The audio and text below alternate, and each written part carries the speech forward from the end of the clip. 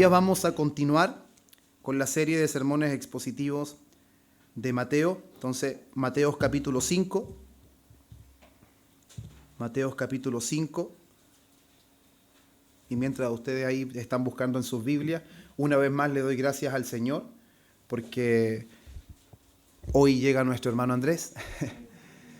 Va a llegar antes de lo que había dicho. Le doy muchas gracias al Señor, de verdad que siempre estoy pendiente de cómo Él pueda estar, porque Él está bastante lejos, trabaja bajo tierra y la verdad es que siempre está esa preocupación. Sé que mi preocupación no va a revertir nada, pero sin embargo es algo que creo que es imposible que salga de nuestro corazón, es algo real y nuestros hermanos siempre están presentes en nuestras oraciones, que Dios los guarde. Es que Dios es soberano, sí, pero yo soy responsable.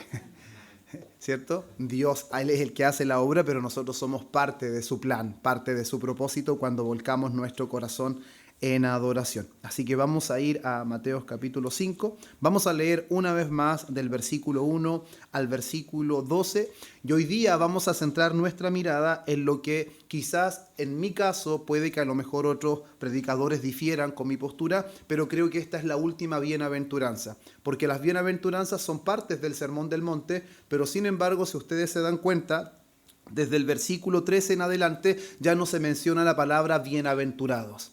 Por lo tanto, son enseñanzas que claramente son muy necesarias, pero sin embargo las bienaventuranzas terminan hasta el versículo 12 y sin embargo nosotros hemos leído solamente hasta el versículo 10, pero no, hasta el versículo 9, cuando dimos lectura a bienaventurados los pacificadores, y hoy día vamos a centrarnos en el versículo 10, versículo 11 y versículo 12, si bien parece que son bienaventuranzas distintas, pero la verdad es que vamos a darnos cuenta que está hablando de una misma cosa. Por lo tanto, hoy día le vamos a poner término a lo que son las bienaventuranzas del Sermón del Monte. Así que les invito a que se pongan de pie y podamos dar lectura a la palabra de nuestro Dios. Mateo capítulo 5, versículo 1 en adelante, dice así: Viendo la multitud, subió al monte. Y sentándose, vinieron a él sus discípulos, y abriendo su boca les enseñaba diciendo: Bienaventurados los pobres en espíritu, porque de ellos es el reino de los cielos. Bienaventurados los que lloran, porque ellos recibirán consolación. Bienaventurados los mansos, porque ellos recibirán la tierra por heredad. Bienaventurados los que tienen hambre y sed de justicia, porque ellos serán saciados. Bienaventurados los misericordiosos, porque ellos alcanzarán misericordia. Bienaventurados los de limpio corazón, porque ellos verán a Dios. Bienaventurados los pacificadores, porque ellos serán llamados hijos de Dios. Bienaventurados los que padecen persecución por causa de la justicia, porque de ellos es el reino de los cielos. Bienaventurados sois cuando por mi causa os vituperen y os persigan y digan toda clase de mal contra vosotros mintiendo. Gozaos y alegraos, porque vuestro galardón es grande en los cielos, porque así persiguieron a los profetas que fueron antes de vosotros. Vamos a orar. Padre nuestro, una vez más, Señor, inclinamos nuestro corazón delante de usted y lo hacemos, Señor, no confiando en nuestros méritos o en nuestras capacidades, no confiando en lo bien que nos hemos portado durante esta semana, sino confiando plenamente en los méritos de tu Hijo, nuestro Señor Jesucristo, confiando plenamente en esa ofrenda perfecta que fue ofrecida una sola vez y para siempre, e hizo perfecto a los santificados, Señor. En su nombre precioso, Jesucristo, clamamos a usted, Padre eterno, y en dependencia de su Espíritu, para que seamos dirigidos en esta mañana o en este mediodía, Señor, por tu palabra. Necesitamos tu palabra en nuestro corazón. Necesitamos, Señor, que tu palabra nos dirija, que tu palabra, Señor, penetre cada rincón de nuestro corazón. Que todo, Dios mío, en nosotros que no se parezca a ti, Señor, sea arrancado de nosotros por tu palabra. Confórmanos cada día a la imagen de tu Hijo Jesucristo, porque ese es el propósito de nuestra elección. Ese es el propósito supremo de nuestra predestinación. No hemos sido llamados meramente para ir al cielo. Hemos sido escogidos para ser hechos a la imagen de nuestro Señor Jesucristo. Por eso anhelamos, Señor, que tu Espíritu Espíritu. Dé, Dios mío, la gracia para que podamos comprender las maravillas de tu ley, las maravillas de tu palabra, y que, Señor, cuando las comprendamos, nos gocemos y nos alegremos en ti, Señor, y podamos vivir a la altura, Señor, de quienes componen el reino de Dios. Ayúdanos en este día y hágase conforme a tu voluntad, porque te lo pedimos en el nombre de Jesús. Amén y amén. Pueden tomar su asiento. Como bien les decía, nosotros ya estamos viendo hoy día el cúlmine o el término de estas bienaventuranzas que Jesús les impartió a sus discípulos. Y una de las cosas que estoy seguro, pero completamente seguro, es que si nosotros hubiésemos pegado algún papel en los versículos del 10 al 12 y no los hubiésemos leído hasta este día, ninguno de nosotros hubiese pensado que todas las bienaventuranzas anteriores podrían terminar de esta manera. Estoy seguro que nadie podría comprender cómo una persona que reconoce su pobreza, cómo una persona que llora por su pecado, cómo una persona mansa, cómo una persona misericordiosa, como una persona que tiene hambre y sed de justicia, como una persona de limpio corazón, como una persona que procura la paz, termina siendo una persona perseguida, termina siendo una persona vituperiada. Estoy completamente seguro que es imposible que nosotros hubiésemos pensado que estos versículos terminarían de esta manera.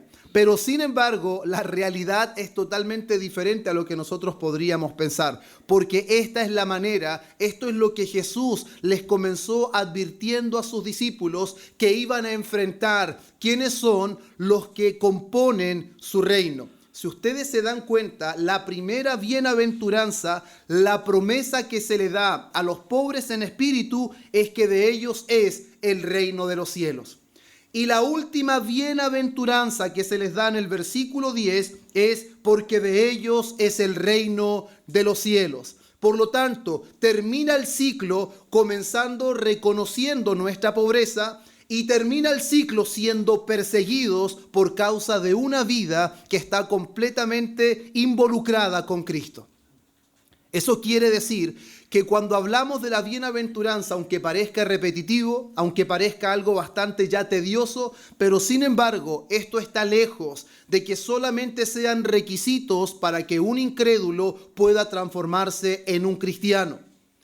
Las bienaventuranzas no son esos. Es muy claro que las bienaventuranzas es lo que va a manifestarse en la vida de un verdadero creyente. Un verdadero creyente tiene un comienzo y un verdadero creyente terminará evidenciando que esa obra es una realidad. No será meramente algo superficial, no será algo meramente de conocimiento, sino que será algo que se verá reflejado en su carácter. Si ustedes se dan cuenta por lo que hemos leído hasta ahora, en ningún momento se llama a procurar o a buscar conflicto. En ningún momento se hace un llamado a procurar enemistad. En ningún momento se hace un llamado a promover que seamos perseguidos o que provoquemos el vituperio. Si hay algo que nos vamos a dar cuenta que de forma natural, viviendo la vida de un cristiano, de un creyente, el vituperio y la persecución vendrán de forma natural. No será forzoso, no será algo que nosotros somos llamados a buscar, sino que vendrá de manera directa, vendrá directamente porque será la forma en que los cristianos viven, será la forma en que los cristianos reflejarán la obra que el Señor ha hecho en sus corazones. Entonces, el texto que nosotros estamos leyendo, que es el versículo 10, dice: bienaventurados los que padecen persecución. Lo primero que otra vez menciona es bienaventurados. Y nosotros hemos dicho muchas veces que el significado de bienaventurado es feliz, dichoso. Pero sin embargo esas palabras quedan cortas porque está representando algo que es muy feliz, es algo que es muy dichoso. No es alguien que simplemente está feliz, sino es alguien que está muy feliz. Y es algo bastante contradictorio ahora decir bienaventurados los que padecen persecución por causa de la justicia. Padecer es algo que normalmente está familiarizado con sufrir. Padecer está familiarizado con dolor, con molestia. No sé si ustedes se han dado cuenta que cuando una persona está enferma, uno le pregunta qué enfermedad padece. Normalmente asociamos la palabra padecer con alguna enfermedad, con algo que le aqueja, con algo que le duele o algo que le produce angustia. Y si nos damos cuenta nosotros que la enfermedad o lo que le aqueja viene producto de algo que nosotros no pensaríamos que podría ser. Dice que la causa de por qué las personas están siendo perseguidas o están siendo vituperiadas, como va a decir el versículo más adelante, es la justicia. Bienaventurados los que padecen persecución por causa de la justicia, porque de ellos es el reino de los cielos. Por lo tanto, hay una bienaventuranza, hay una felicidad, hay una dicha para aquellos que sufren, que padecen persecución. Por lo tanto, no podemos decir que la persecución no es algo que va a doler o es algo que de alguna manera va a producir sufrimiento, pero al mismo tiempo debemos comprender que la causa de esta persecución, la causa de este padecimiento no son cualquier cosa, sino es por la justicia. Y el versículo más adelante nos va a dar a entender que tampoco es cualquier justicia, sino que es la justicia del reino de los cielos. Es la justicia de Cristo. Es el mismo Cristo la causa de nuestro padecimiento. Es Cristo la causa de que seamos perseguidos o de que los discípulos del Señor sean perseguidos. Jesús les enseña, hermanos míos, de manera muy clara y específica cómo el mundo les recibirá. ¿Se han dado cuenta que cuando uno va a un lugar, normalmente espera que lo reciban? Cuando uno llega a un lugar, espera que lo reciban. Y el recibimiento del mundo, dice Cristo, será persecución. El recibimiento del mundo será vituperio. En el mundo tendréis aflicción. Eso el Señor lo mencionó muchas veces. Pero confiad, yo he vencido al mundo. En ningún momento Él promete de que nosotros vamos a ser liberados completamente de la aflicción y que no vamos a sufrir absolutamente nada en esta vida. Entonces, una de las primeras cosas que quiero en esta hora mencionar es que todos esos mensajes llamativos de este tiempo que promueven una vida sin sufrimiento, una vida sin persecución, una vida solamente llena de bienestar material, una vida llena de éxito, llena de reconocimiento, no es precisamente lo que Cristo le enseña a sus discípulos. Por lo tanto, todas esas enseñanzas nacen de un corazón que no ha sido renovado por Dios. Porque un corazón renovado por Dios ama lo que Dios dice, ama lo que Dios enseña y no lo que el mundo promueve. Y el mundo promueve todas las cosas que son muy diferentes a lo que Cristo les enseñó a sus discípulos. Él les alertó, el mundo no los recibirá con los brazos abiertos. El mundo no los recibirá con cosas como cuando hay un cumpleaños o cuando hay un cumpleaños sorpresa. No los va a recibir de esa manera. El recibimiento del mundo será persecución. Así serán tratados los hijos del reino. ¿Y por qué serán tratados así los hijos del reino? Por causa de Cristo. Porque Él es la justicia que el mundo aborrece. Él es la justicia que el mundo persigue. La misma justicia que en algún momento de nuestras vidas nosotros perseguimos, que nosotros menospreciamos, es la misma justicia que el mundo sigue menospreciando. Por eso si nosotros llegamos a pensar de que el mundo nos amará, es totalmente contraria a la enseñanza de la Escritura.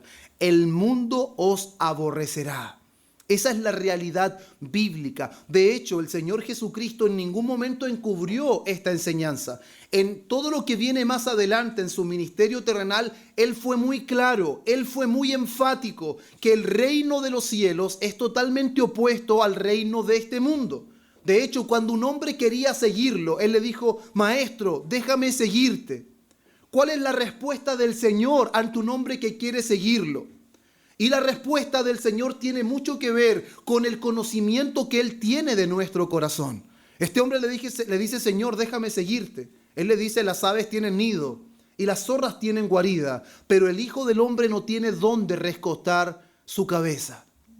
¿Cuál es el motivo por el que el hombre lo quería seguir? Quizás porque Jesús multiplicó los peces, porque multiplicó los panes, porque su fama se extendía por todos los lugares. Si Él es capaz de hacer este milagro, entonces puede hacer muchos milagros más.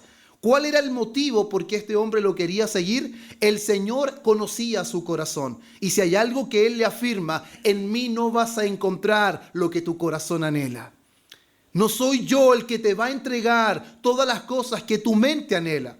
El mundo anhela siempre lo que es opuesto al corazón de Dios. Y como les decía, Jesús nunca encubrió esta realidad. Por eso es algo bastante llamativo de cómo tantas personas, cómo tantas multitudes, hermanos, siguen mensajes que promueven cosas distintas a lo que promueven las Escrituras. Cómo mucha gente sigue promesas de buen trabajo, de dinero, de fama, pero sin embargo el Señor Jesucristo en Mateo capítulo 16, del versículo 24 al versículo 26, vuelve a afirmar algo que está muy relacionado con esta parte del sermón del monte. Entonces Jesús dijo otra vez, ¿a quién? A sus discípulos: si alguno quiere venir en pos de mí, niéguese a sí mismo y tome su cruz y sígame. Porque todo el que quiera salvar su vida, la perderá. Y todo el que pierda su vida por causa de mí, la hallará. Porque ¿qué aprovechará el hombre si ganare todo el mundo y perdiere su alma? ¿O qué recompensa dará el hombre por su alma? Entonces, esta octava bienaventuranza no apunta hacia el carácter de un cristiano. Todo lo que hemos visto hacia atrás apunta a cómo la obra del Señor se va reflejando en el carácter de un cristiano. Tampoco apunta a lo que un cristiano deba hacer, y mucho menos, como dijimos, apunta a lo que un inconverso tenga que hacer para convertirse en un cristiano, sino por el contrario, esta es la cúlmine del carácter de un cristiano. Es aquí donde todo lo que hablamos hacia atrás se verá reflejado si en realidad estamos viviendo de la manera que Cristo les enseña a sus discípulos. Por eso Él dijo, si alguno quiere venir en pos de mí, tiene que saber que el camino hacia Cristo es un camino de negación. Es un camino no de autocomplacencia, no es un camino donde todos nuestros deseos se cumplen, porque hoy día lamentablemente muchas personas piensan que Jesús es una especie de Aladín, una especie del genio. Pero sin embargo, la Escritura está muy lejos de presentar a un Cristo que solamente satisface nuestros caprichos, que solamente satisface los deseos de nuestro corazón. Jesucristo desde el principio dijo que van a ser bienaventurados, pero la bienaventuranza de los que componen el reino es totalmente contraria a lo que el mundo le llama felicidad. Es totalmente contrario a lo que el mundo le llama dicha. Nadie quiere ser perseguido, nadie quiere ser vituperiado, nadie quiere ser avergonzado delante de las demás personas. Pero sin embargo, esa es la realidad de un creyente. El creyente, dice Cristo, debería molestar al mundo, en el sentido de que su sola presencia debería afectar a la conducta del mundo. Y es por eso que Él es perseguido. Entonces, de lo que estamos hablando nosotros cuando hablamos de que es una bienaventuranza, de que seamos perseguidos por causa de la justicia, hablamos de que aquí es donde culmina el carácter de un cristiano. Todo lo que hemos descrito anteriormente, hermanos míos, resultará en persecución y resultará en vituperio.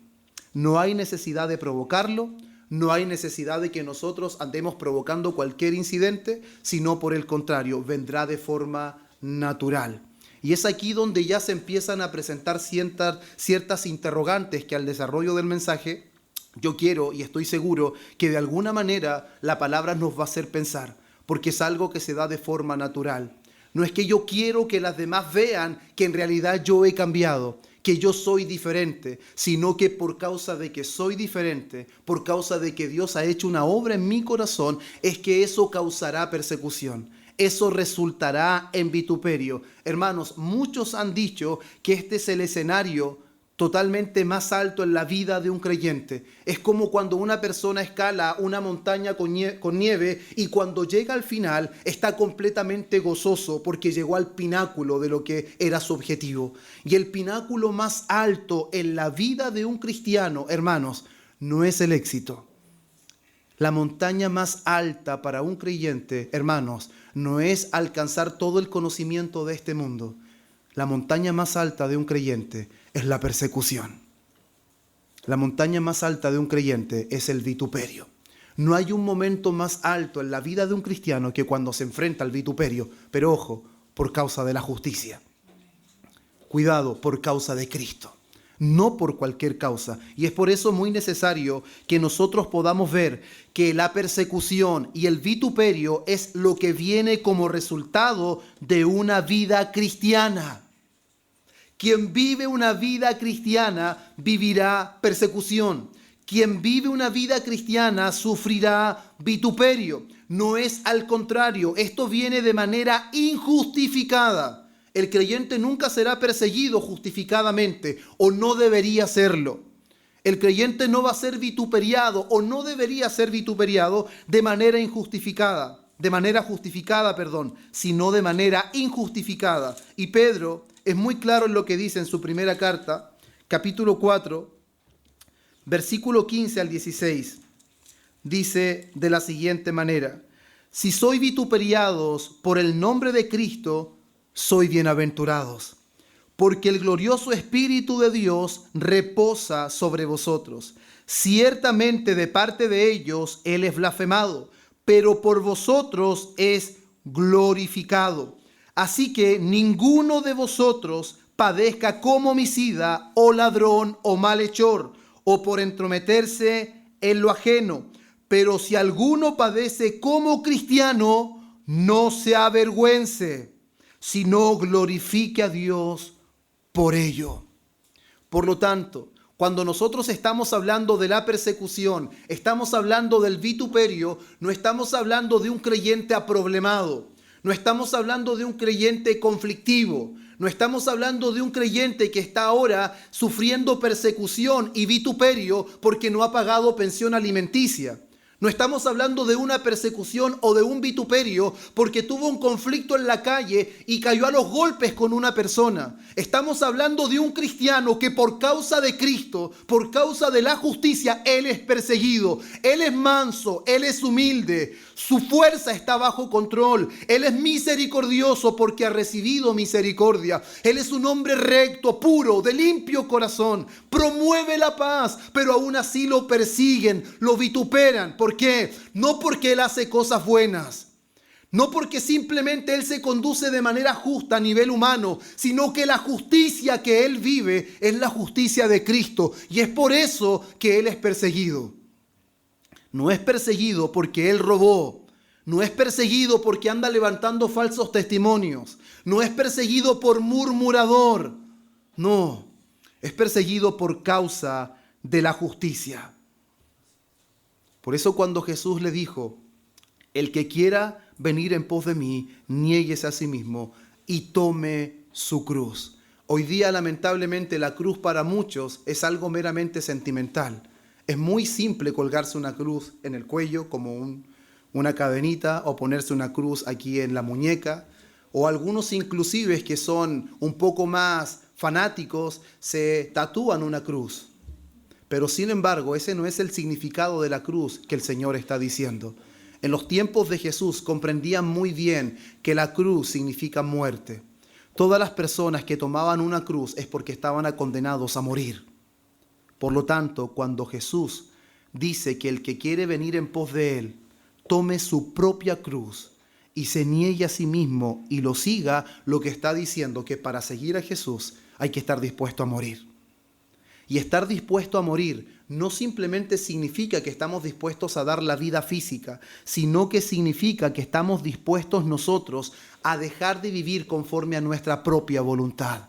Estamos dispuestos a dejar de vivir conforme a nuestros propios deseos y que la verdad de Dios prevalece ante todas esas cosas. Y si alguien lo pudo expresar de buena manera, lo que significa cargar su propia cruz y estar dispuesto a morir a su voluntad, a sus deseos, porque si hay algo que todos los hombres anhelamos por naturaleza, es autocomplacernos.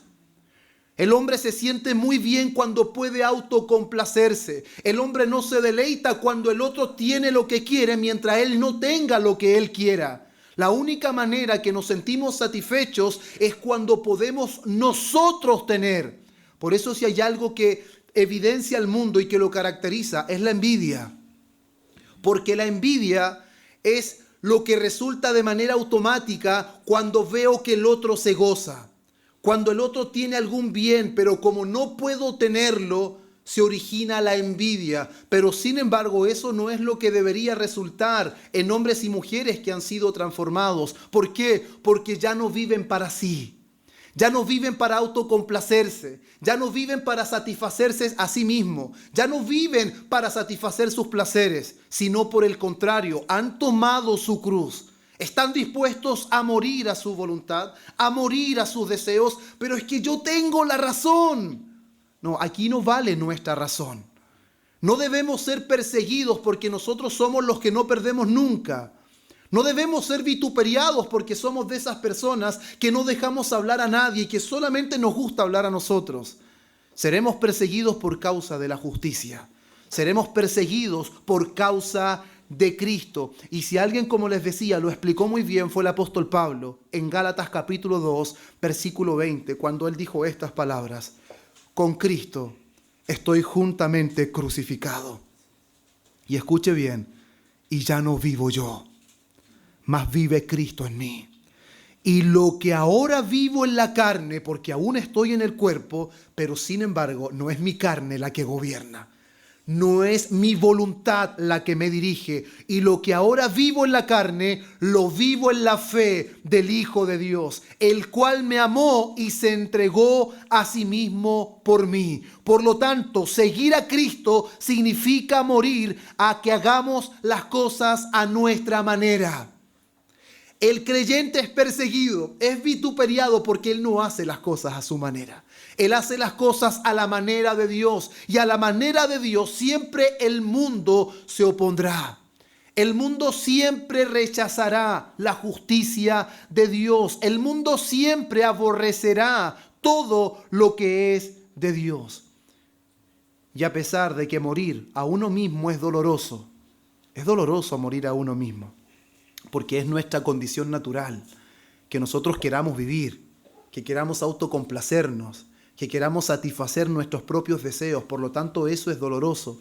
Pero al mismo tiempo Jesús, una vez más, les dice a sus discípulos que si ellos están pensando que venir a Cristo es simplemente risas, pero risas que no tienen ningún argumento, sino que es simplemente alegría pasajera y que simplemente es una algarabía que no tiene ningún sustento, de verdad que están equivocados. En Juan capítulo 15, versículo 18 y 19, él dice esto: si el mundo os aborrece, sabed que a mí me ha aborrecido antes que a vosotros.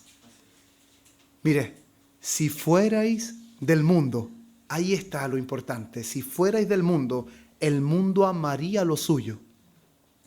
Pero porque no soy del mundo, antes yo os elegí del mundo, por eso el mundo os aborrece.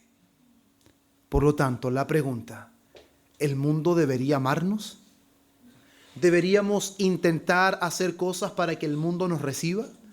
¿Deberíamos procurar nosotros reconciliar las tinieblas con la luz para que el mundo nos reciba? ¿Deberíamos estar dispuestos a dejar en un rinconcito la verdad para que las personas no nos rechacen? Eso no es lo que Jesús les enseñó a sus discípulos. Ustedes van a ser felices, ustedes van a ser bienaventurados, pero esa bienaventuranza culminará con persecución.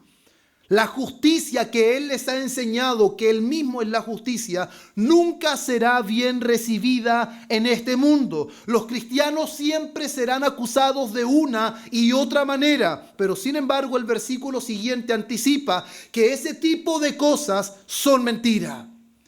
que un creyente no debe ser acusado de manera justificada, sino que siempre todo lo que digan será mintiendo. Hermanos míos, y la historia confirma que el privilegio y la bendición de sufrir por Cristo han estado presentes en los momentos más luminosos de la iglesia. Cuando la iglesia más brilla es cuando la iglesia es perseguida. Una iglesia que no sabe lo que es persecución, una iglesia que no sabe lo que es sufrimiento, es porque no está brillando. Porque si hay una cualidad que tiene la luz, es que deja en evidencia la oscuridad. Y normalmente cuando hay oscuridad, vaya a una pieza oscura y usted se va a dar cuenta que hay arañas caminando libre, que hay cucarachas caminando libre, hasta los ratones se pasean. Pero usted prende la luz y las arañas se esconden, las cucarachas se esconden y los ratones huyen. Porque la luz tiene la cualidad de dejar en evidencia la realidad que no puede apreciarse cuando está oscuro. Y si usted ahora se pregunta, ¿por qué rechazaron a Cristo? Si Cristo no hizo absolutamente nada malo de condenar, hizo solamente cosas buenas. Él no pecó de mente, Él no pecó de palabra, ni tampoco pecó de acción. Pero sin embargo había algo, hermanos míos, que Cristo es la luz del mundo. Es la luz del mundo. Y los religiosos como los fariseos y como los escribas no toleraban a Cristo. No lo soportaban. ¿Y saben por qué no lo soportaban? Porque cuando estaban en presencia de Él, sus justicias se desvanecían. Porque todas las obras de justicia que hacían eran apariencia. Todos los actos de bondad y caridad que hacían eran de apariencia. Pero sin embargo apareció uno cuya justicia no era apariencia. Apareció uno cuya justicia hacía que las justicias de ellos se derritieran delante de Él, porque quedaban desenmascarados delante de la verdad. Por lo tanto, el rechazo de los judíos, el rechazo de los religiosos del tiempo de Jesús no fue más que por la verdad de que la luz de Cristo dejaba en evidencia su maldad. Lo dejaba en total evidencia. Y muchas veces los cristianos han sido acusados de diferentes cosas. En Hechos capítulo 4, versículo 17, tanto Pedro y Juan son acusados de que están promoviendo doctrinas extrañas. En Hechos capítulo 6, versículo 11, se acusa a Esteban que es un blasfemo. En Hechos capítulo 21, versículo 28, se acusa a Pablo de que él es un profanador. En Hechos capítulo 24, versículo 5, se dice que Pablo es una plaga. En Hechos 26, 24 se dice que él es un loco. Y en 2 de Corintios capítulo 11, versículo 16, Pablo dice, entonces recíbanme como a loco. Porque siempre los cristianos van a ser acusados. Y la causa por qué están siendo acusados no es porque ellos se están conduciendo de una manera incorrecta, ni tampoco simplemente están siendo acusados porque su obra es noble. No están siendo acusados ni perseguidos porque están haciendo buenas obras. La causa de su persecución es la justicia. La causa de su persecución es Cristo. Si nosotros simplemente hiciéramos obras de caridad, si nosotros simplemente hiciéramos buenas obras ante las demás personas, hiciéramos una obra noble, no sufriríamos persecución. ¿Quién persigue a una persona que hace una obra caritativa? De hecho, le sacan fotos y lo suben por Facebook, por Instagram, por todas partes. Lo graban si es necesario. Porque lo que la palabra dice, que aquí no está hablando de una buena causa, no está hablando de una causa noble, está hablando que la causa de la persecución es la justicia. La causa de la persecución es la justicia. Y Primera de Juan, capítulo 3, versículo 8 y 9, deja en evidencia que Cristo es la causa de nuestra persecución. Dice, el que practica el pecado es del diablo, porque el diablo peca desde el principio. Para esto apareció el Hijo de Dios, para deshacer las obras del diablo. Todo aquel que es nacido de Dios no practica el pecado, porque la simiente de Dios permanece en él y no puede pecar, porque es nacido de Dios. Si ustedes se dan cuenta, el cristiano predica y vive a la luz de Cristo, de ese Cristo que vino a deshacer las obras del diablo, no de ese Cristo que es tan amoroso y ese Cristo que es tan bondadoso, no, del Cristo que dice Juan, que Él vino a deshacer las obras del diablo. ¿Y sabe cuál es el problema? Es que Cristo vino a deshacer las obras del diablo que el mundo ama.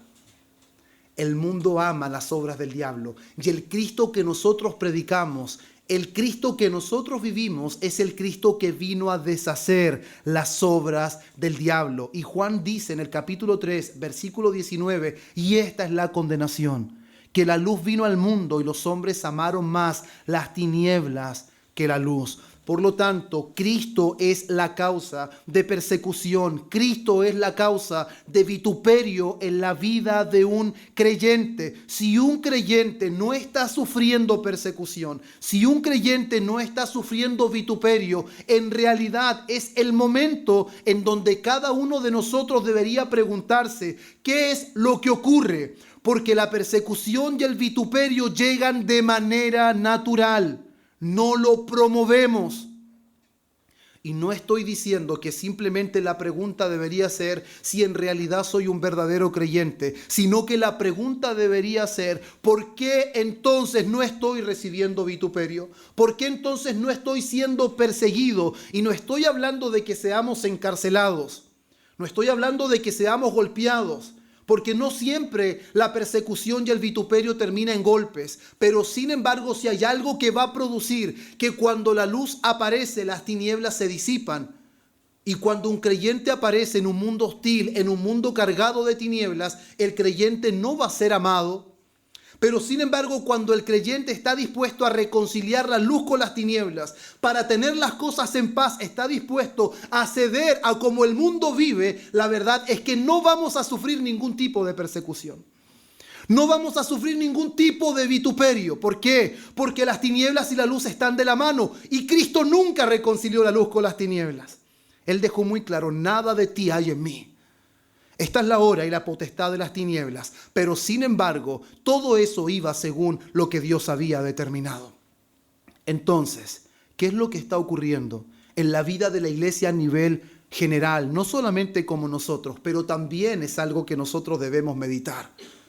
Todo lo que Jesús mencionó, desde los pobres en espíritu hasta bienaventurados los pacificadores, todo eso parecía bastante llamativo y bastante novedoso y bastante grato la obra que Dios está haciendo en nuestra vida. Pero de manera totalmente necesaria, hermanos míos, el que viva a la luz de esa verdad sufrirá persecución.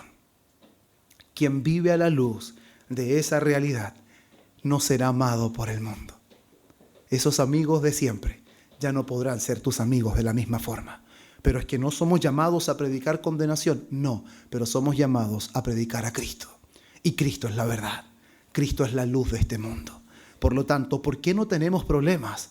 ¿Por qué no tenemos dificultades? ¿Por qué podemos congraciarnos con todo el mundo? Porque no estamos viviendo a la luz de lo que es alguien que compone el reino de los cielos.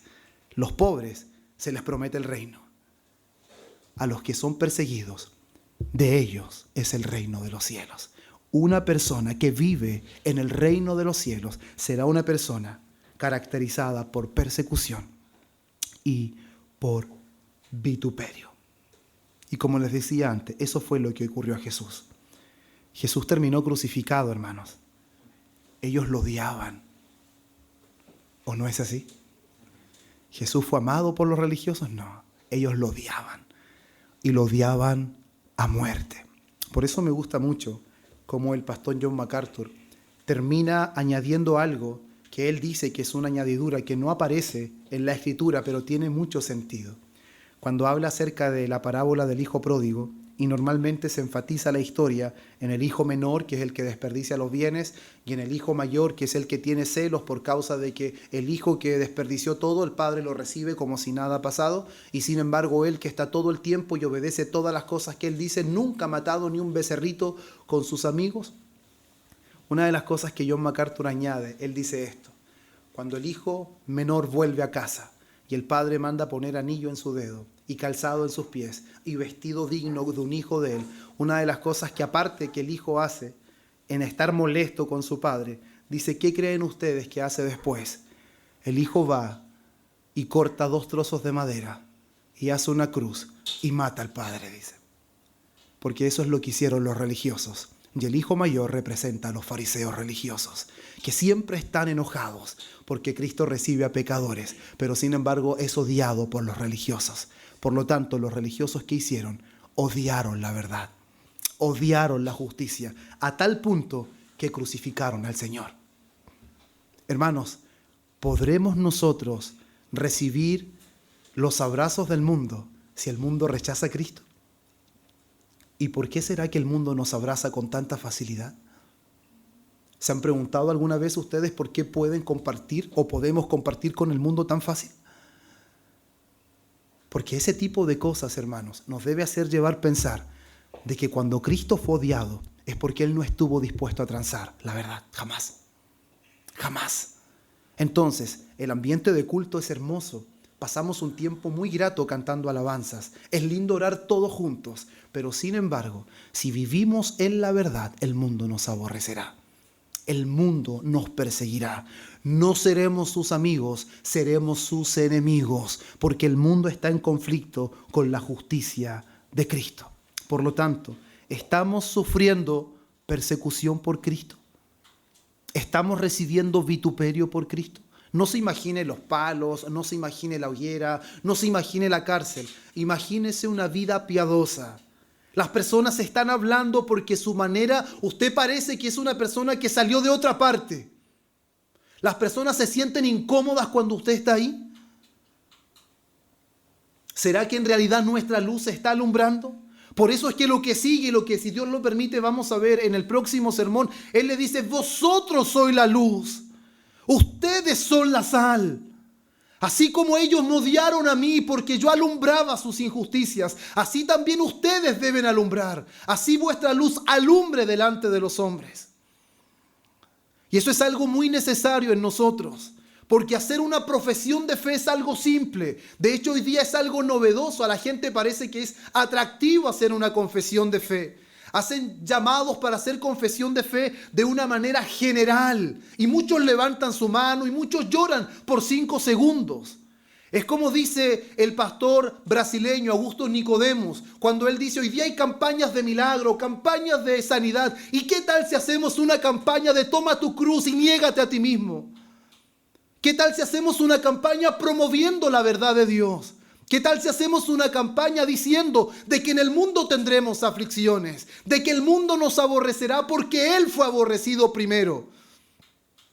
¿Qué tal si hablamos de que el mayor gozo del creyente no está en las posesiones que él tiene, no está en el éxito que alcanza, sino que el mayor gozo es cuando está siendo perseguido por causa de Cristo? Que el mayor gozo es cuando están hablando toda clase de mal sobre él, porque su vida muestra a Cristo, porque proclama a Cristo, porque vive a Cristo. ¿Qué es lo que nos está ocurriendo a todos nosotros, hermanos? Este es el pináculo más alto de las bienaventuranzas. Bienaventurados sois cuando os persigan, cuando padezcan por causa de la justicia.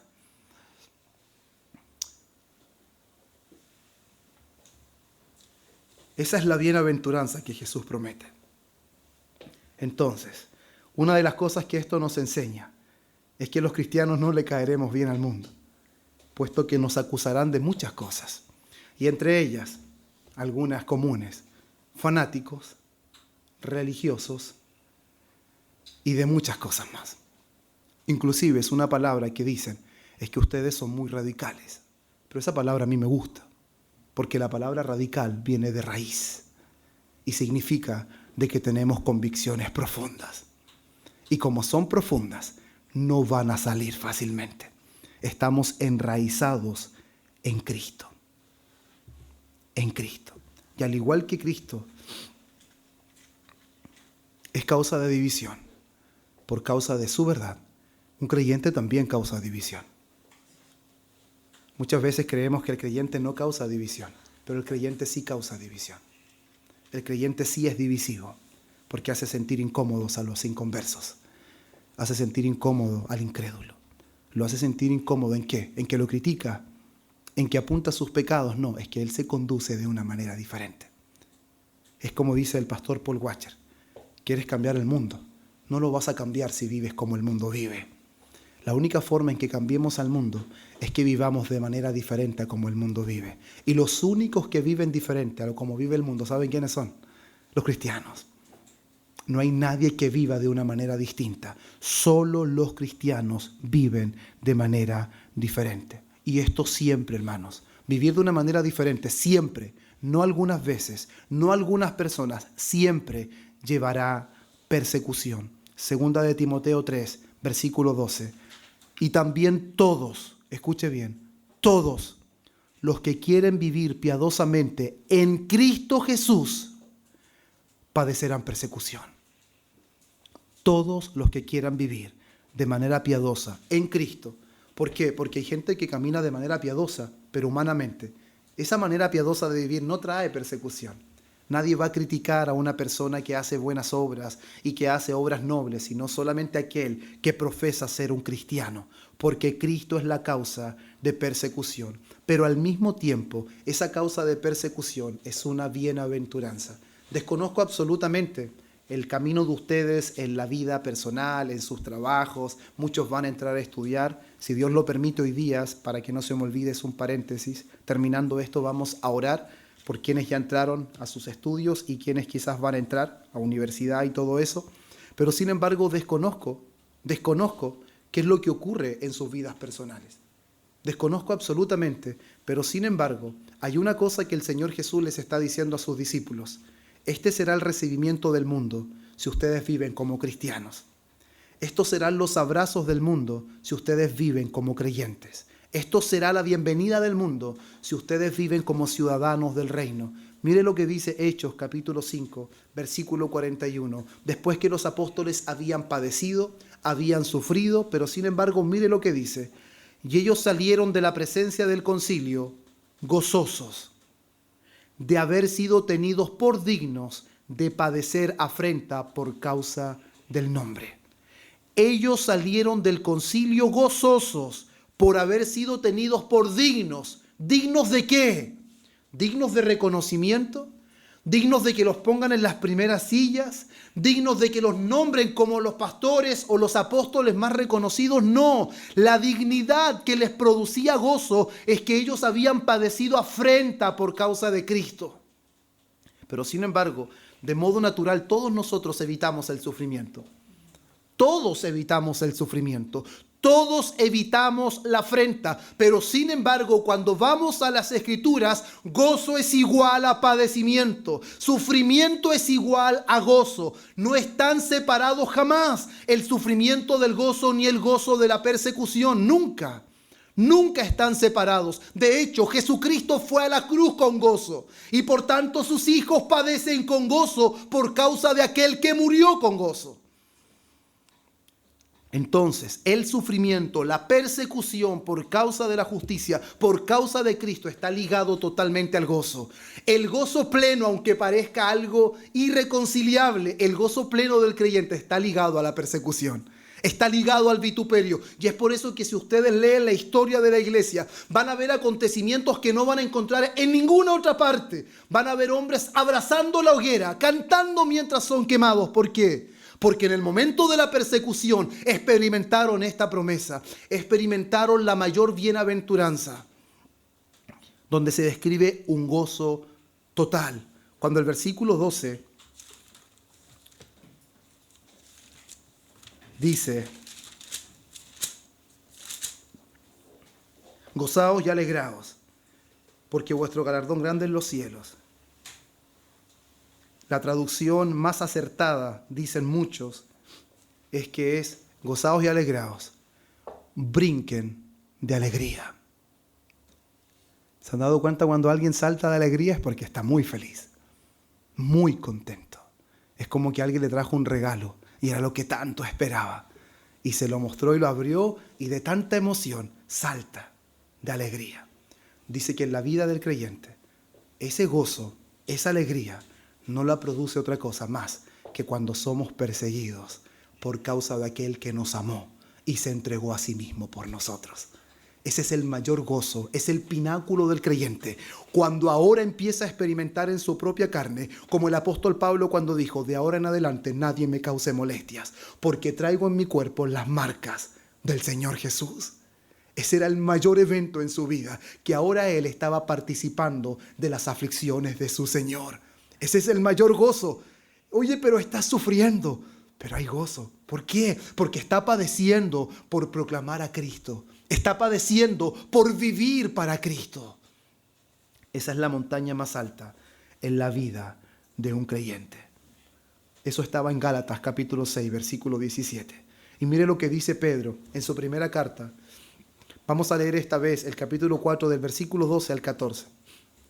Dice: amados, no os sorprendáis del fuego de prueba que os ha sobrevenido, como si alguna cosa extraña os aconteciese, sino gozaos. Hermanos, siempre la aflicción, siempre la persecución está ligada al gozo. Otra vez, amados, ¿a qué le está hablando? A la iglesia, a los hijos del Señor, no al mundo. El mundo no hallará gozo en la aflicción. El mundo reclama cuando viene una aflicción. El hombre que no ha nacido de nuevo, la mujer que no ha sido regenerada, solamente critica hacia el cielo, solo tiene una voz de reclamo hacia el cielo. Pero sin embargo, el hombre de Dios, la mujer de Dios, haya gozo en la persecución, haya gozo en la aflicción. Amados, no os sorprendáis del fuego de prueba que os ha sobrevenido, como si alguna cosa extraña os aconteciese. Los cristianos deberíamos estar habituados a ser perseguidos, habituados a ser vituperiados. No debe parecernos algo extraño, sino gozaos por cuanto sois participantes de los padecimientos de Cristo. ¿Por qué el creyente se goza en la aflicción? ¿Por qué el creyente se goza en la persecución? Porque él está siendo partícipe de los padecimientos de Cristo. Ahí está el gozo. Estamos participando de los padecimientos de Cristo. Que también en la revelación de su gloria os gocéis con gran alegría. Mire, versículo 14. Si sois vituperiados por el nombre de Cristo, sois bienaventurados. Otra vez. Porque el glorioso Espíritu de Dios reposa sobre vosotros. Ciertamente de parte de ellos Él es blasfemado, pero por vosotros es glorificado. Mire, leamos este último versículo de una manera negativa, porque aquí está escrito de una manera positiva, afirmativa. Leámoslo de una manera negativa. Si no sois vituperiados por el nombre de Cristo, no sois bienaventurados, porque el glorioso Espíritu de Dios no reposa en vosotros. Eso es leerlo de manera negativa. Si el Espíritu de Dios no reposa en nosotros, entonces no somos bienaventurados, porque si no somos bienaventurados significa que no somos vituperiados por el nombre de Cristo. Pero sin embargo, la palabra dice que si somos vituperiados por el nombre de Cristo, somos bienaventurados, porque el glorioso Espíritu de nuestro Dios reposa sobre nosotros. Ahora, el último punto que vamos a abordar, porque el tiempo ha pasado bastante rápido, al menos para mí. ¿Cuál debe ser la respuesta de los hijos de Dios a la persecución?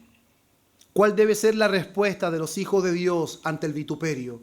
¿Cuál debe ser la respuesta de los hijos de Dios? Como dice el versículo 11, bienaventurados sois cuando por mi causa os vituperen y os persigan y digan toda clase de mal contra vosotros mintiendo. Escuche, gozaos y alegraos, porque vuestro galardón es grande en los cielos.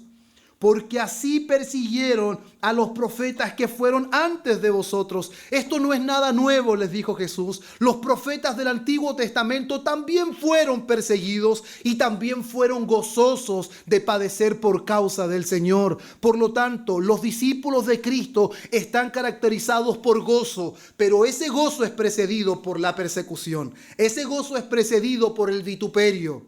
Ese gozo es precedido por un recibimiento hostil por parte del mundo, porque Cristo fue aborrecido primero. Entonces, como dice el apóstol Pablo en Filipenses capítulo 1, versículo 29, porque a vosotros es concedido a causa de Cristo, no solo que creáis en Él, sino también que padezcáis por Él. ¿Qué decimos nosotros que es la fe? Es un don. ¿Y qué es un don? Es un regalo. Ay, el apóstol Pablo dice, Dios no les ha regalado solamente que crean en Cristo. Además, Dios les ha regalado otra cosa. El paquete venía con algo adicional. No solamente que crean, sino que padezcan por Él. Eso quiere decir que el padecimiento no debemos mirarlo como un castigo cuando es por causa de la justicia, cuando es por causa de Cristo. El padecimiento es un regalo del cielo, hermanos. El padecimiento es un regalo del Señor. Cuando digan toda clase de males contra nosotros mintiendo, mira, él aquí y allá hace esto y hace esto otro, y no es verdad. Si bien eso nos hace sentir mal, de repente los cristianos están deprimidos por eso. Pero eso no debería ser cómo reaccionamos nosotros ante el vituperio. Deberíamos reaccionar con gozo, con alegría. Hermano, ¿por qué estás tan contento? Porque están hablando mal de mí. Y eso no es verdad. Hermano, ¿qué te pasó? Tienes tu cara morada, no importa, es que estaba anunciando a Cristo y me golpearon. Hermanos, esa es la bienaventuranza del reino. Parece de repente algo como tan fantasista, pero esa es la verdad. Que nosotros no la experimentemos a ese nivel no significa que no sea así.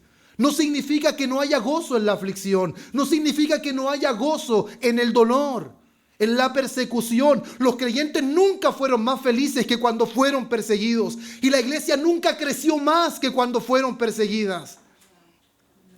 Una iglesia que no es perseguida es una iglesia cómoda. Una iglesia que se estanca, una iglesia que no crece.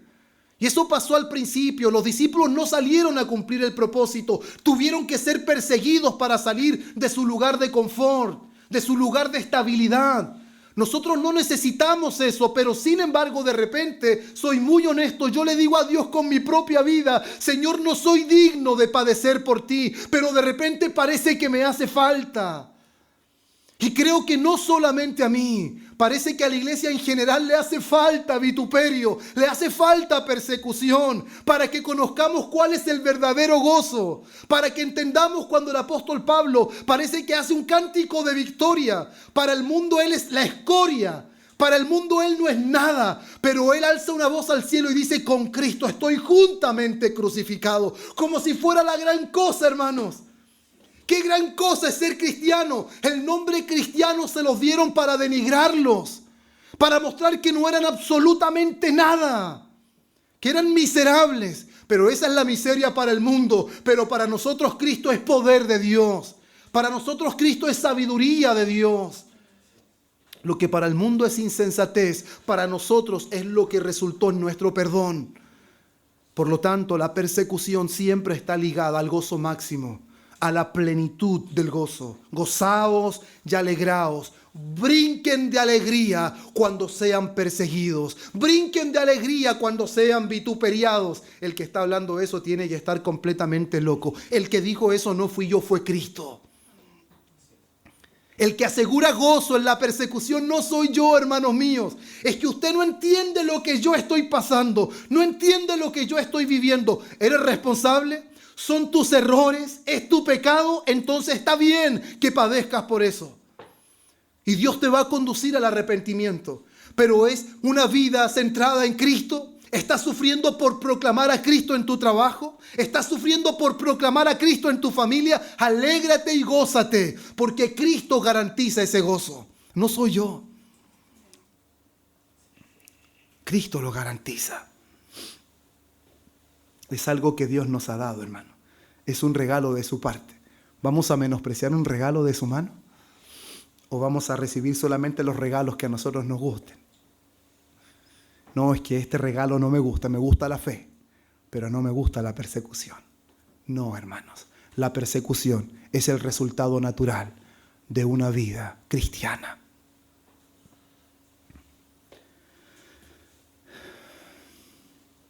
Romanos, capítulo 12, versículo 17-21, nos va a mostrar de alguna manera que el mundo actúa con venganza, el mundo actúa con enojo, actúa con rencor, porque esa es su naturaleza caída.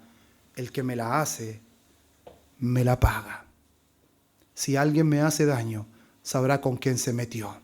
Normalmente el mundo anhela venganza, pero sin embargo, el apóstol Pablo dice en Romanos capítulo 12, versículo 17-21, no paguéis a nadie mal por mal.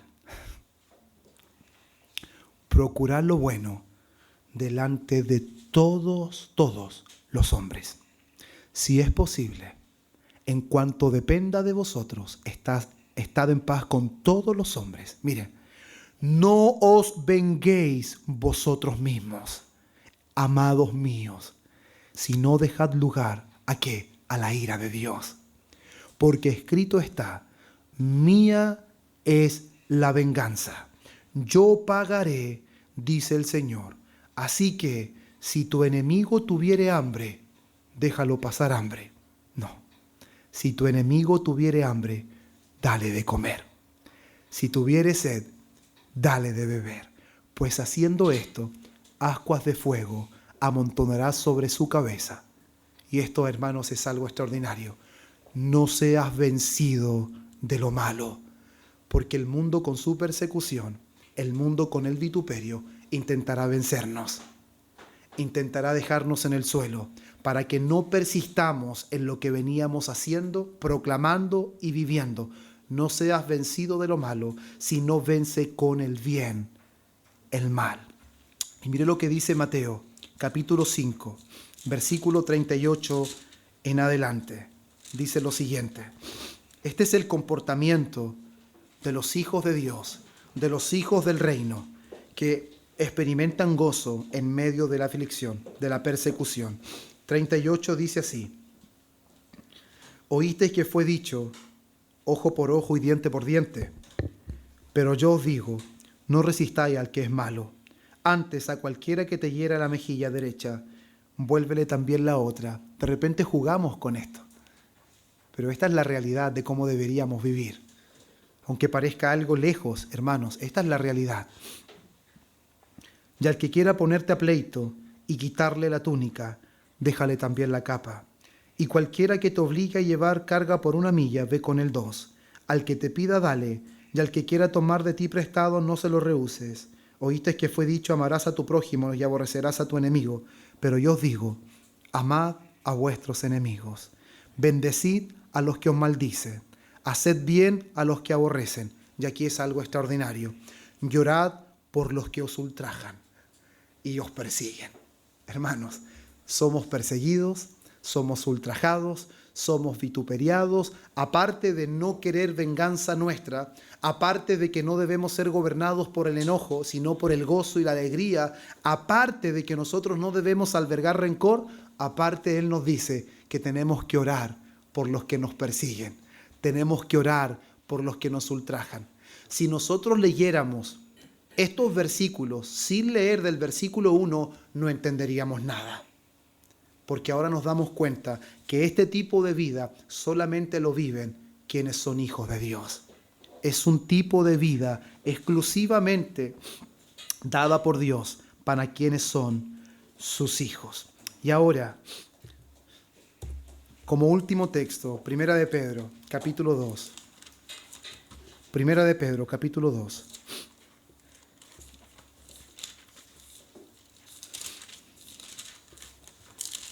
Versículo 20 en adelante.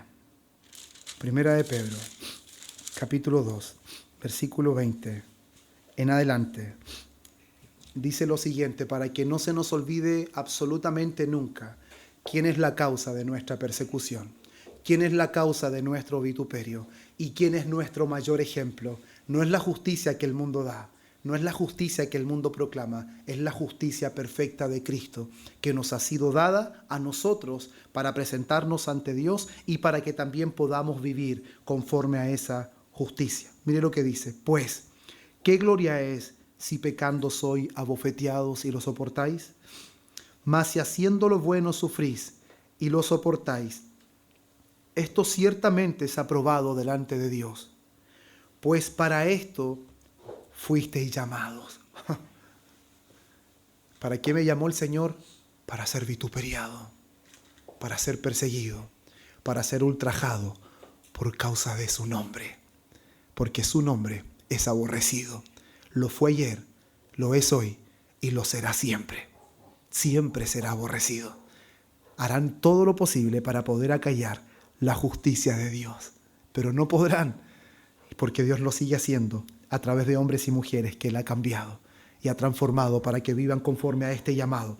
Y esto no termina ahí. Pues para esto fuisteis llamados, porque también Cristo padeció por nosotros, dándonos o dejándonos ejemplo para que sigáis sus pisadas. Esto, hermanos míos, grabémonos todos de memoria esta parte. El cual no hizo pecado, ni se halló engaño en su boca, quien cuando le maldecían, no respondía con maldición.